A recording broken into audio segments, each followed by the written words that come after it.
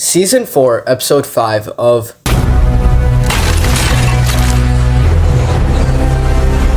is out, and it's the best one yet. There's a lot to unpack, so here we go. First big thing, Nolan came to Earth. Keep in mind, both Mark and Debbie thought he was dead up until now. Mark seems more chill now than he was when he met his father on Thraxa.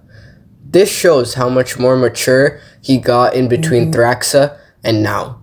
Look, I made a mistake, and I've thought about you every day since— A mistake?! And then it gets worse for Nolan with Debbie.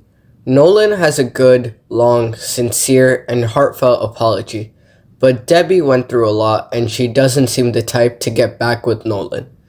Debbie is one of the characters they changed the most from the comics. Debbie gets back with Nolan in the comics almost instantly, but the show looks like it will take it in a completely new direction.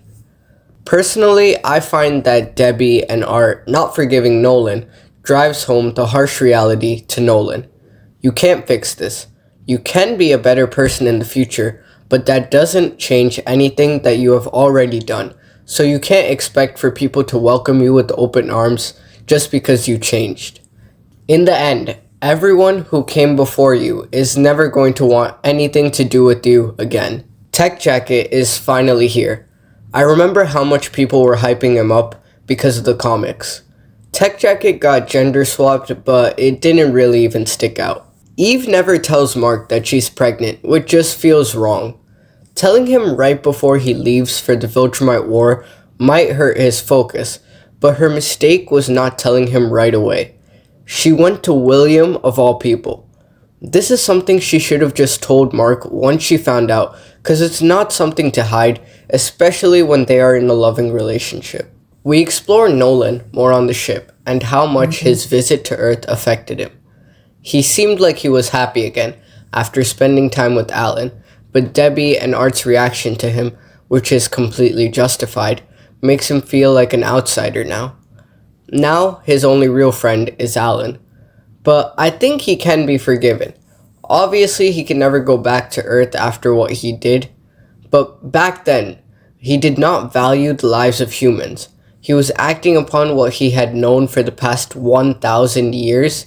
And with their species being so disciplined, it's a miracle he even did change. And an even bigger miracle that it only took 20 years on Earth.